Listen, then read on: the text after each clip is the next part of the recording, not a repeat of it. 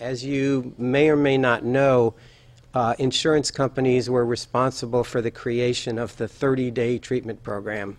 We kind of unleashed the beast back in the, I guess it was the 80s or early 90s. And what we have seen are that traditionally, and particularly from the standpoint of a utilization management medical director, we would see our members go into 30-day programs or 60-day programs somewhere out of state, come out with no medication, possibly a referral to local treatment, but often not, and relapse, and go through this time and time again. And it just made no sense. And of course, with the opioid epidemic, taking so many lives through overdoses and through all of the complications, there had to be a better way. So when the people at Aware Recovery in our own backyard approached us and said, look, we got this program going. Right now we only take people self-pay, but we would like to make it available to people under their health insurance. And we sat down, and for one thing, they showed us some outcomes, and that's so refreshing from a behavioral health doctor's standpoint. You have no idea how much we crave outcomes, and we don't get them from most behavioral health providers. But here comes an organization saying, hey, we want to measure outcomes. We even have some outcomes in our brief time that we've existed. So we met with the leadership, and we heard really compelling stories from the leaders of the organization, some of who are in recovery, and their approach made sense. I mean, I'm the first of the skeptics of healthcare claims, but what I heard was an approach to care that is long-term. They said we want a one-year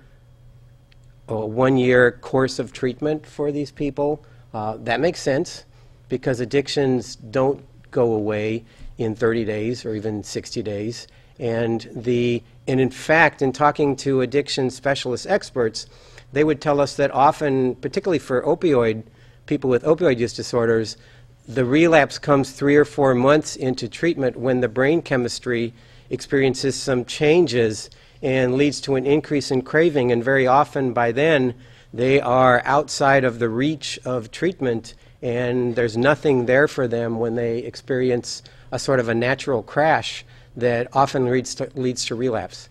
So we knew that this longer-term approach was necessary and important. The other thing that sounded so great that they did was they said, we're going to have a case coordinator. We're going to talk to the primary care doctor. We're going to hook them up with therapists if they need, mental health therapists, psychiatrists. We're going to sort of look at their whole picture.